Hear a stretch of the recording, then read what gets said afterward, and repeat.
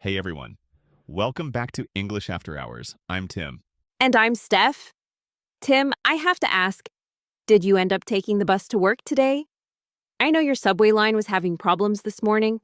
Oh wow, good memory. Yes, I had to take two different buses because the red line was completely shut down. It took me almost an hour to get to work instead of my usual 25 minutes. That's so frustrating. I saw on the news that there was some kind of signal problem. This is why I love working from home. No commuting stress. True. Although I have to admit, I usually enjoy my subway rides. I can read or listen to podcasts.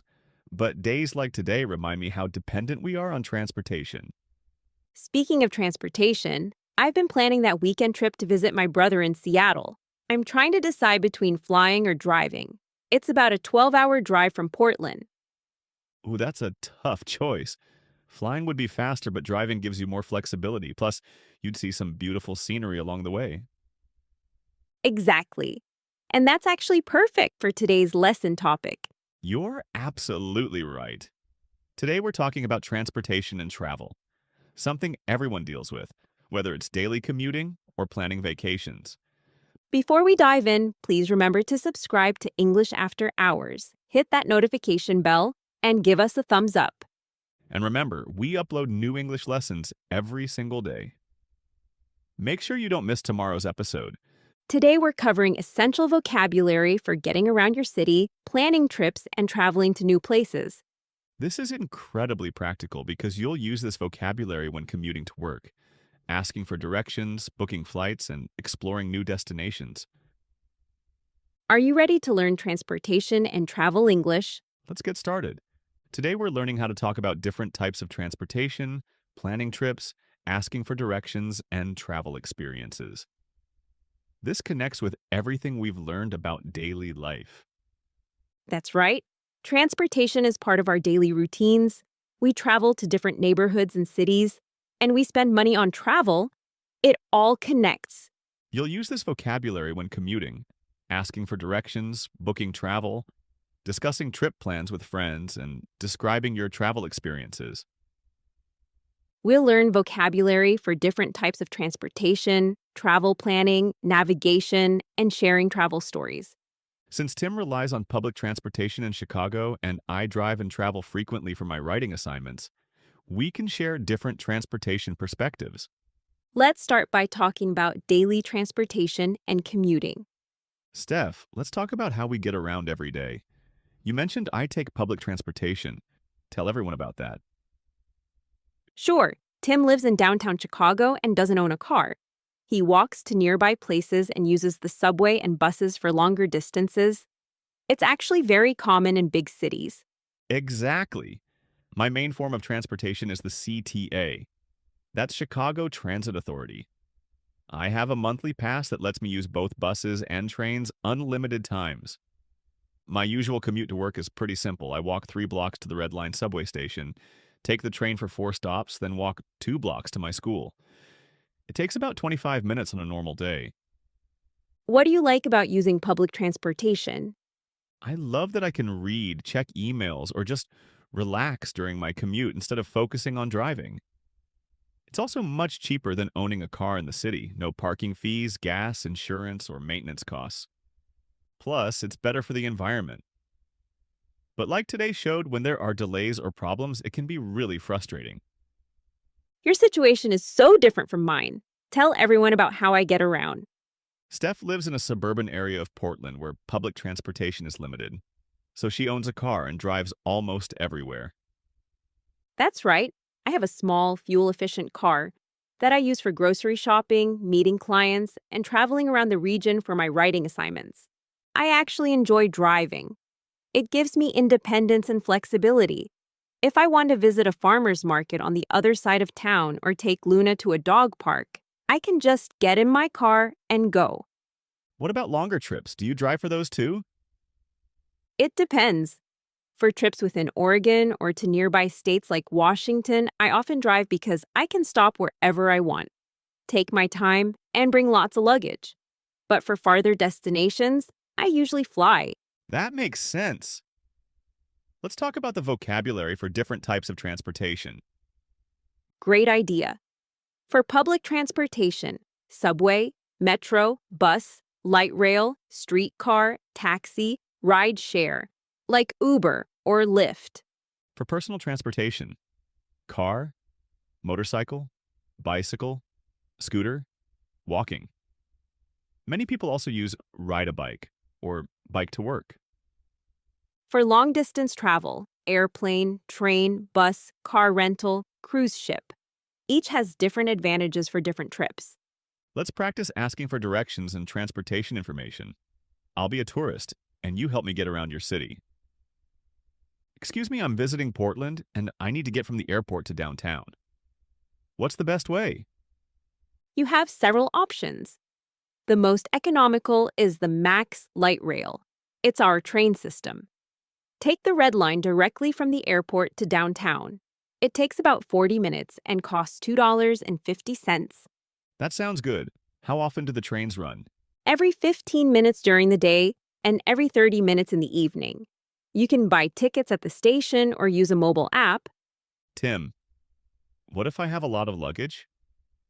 The trains have space for luggage, but if you have too much, you might want to take a taxi or rideshare. That would cost about $35 to $40 and take 30 minutes, depending on traffic.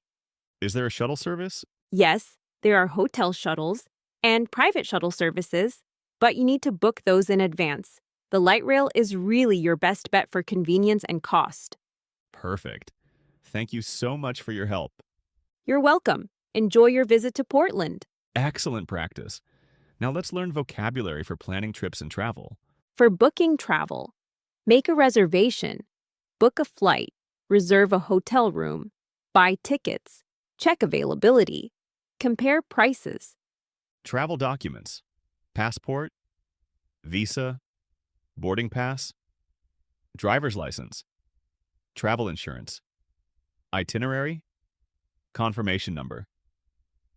Accommodation vocabulary, hotel, motel, bed and breakfast, hostel, vacation rental, Airbnb, resort, campground.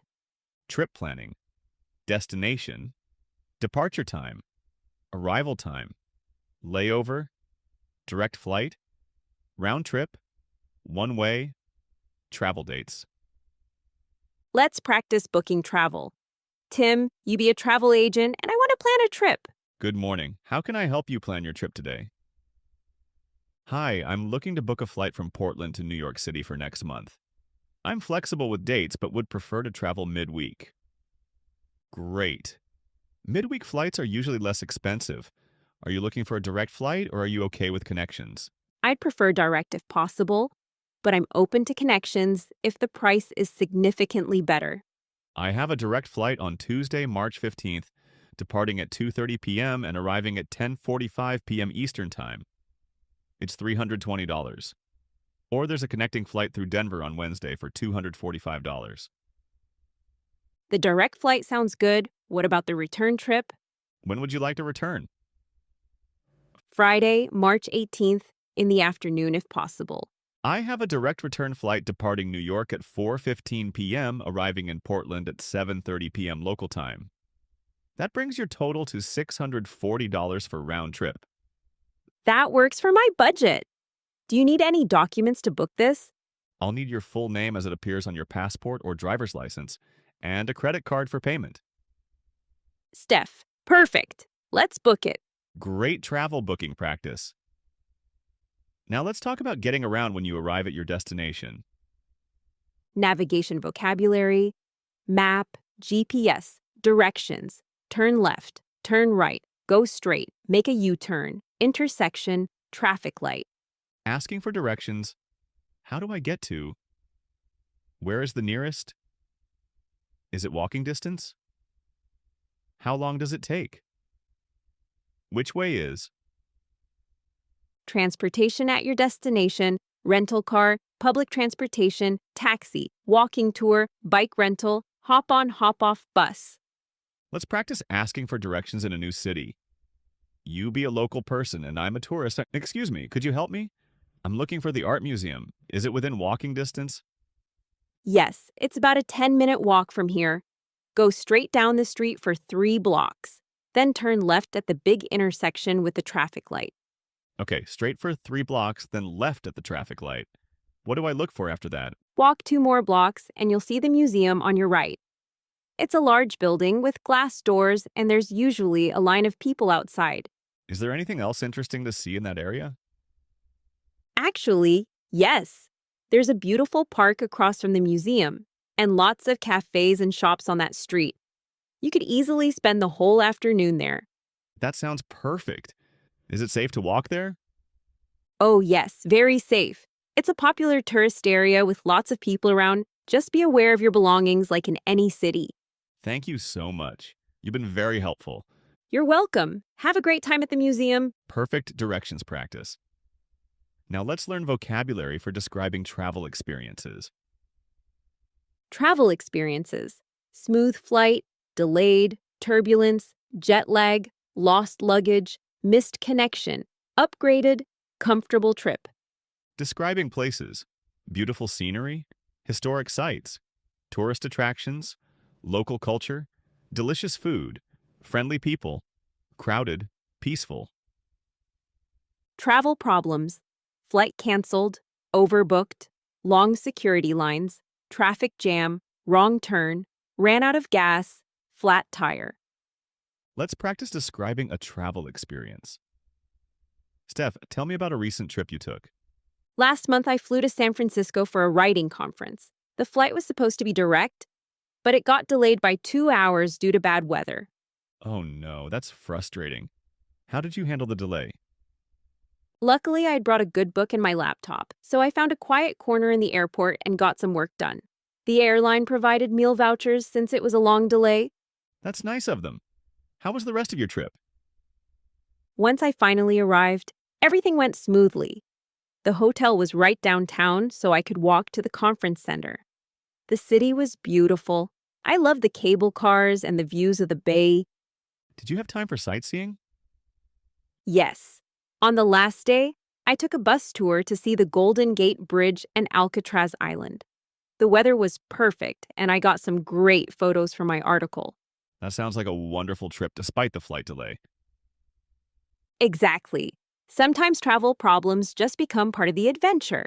Great travel story. Now let's talk about different types of trips and travel purposes.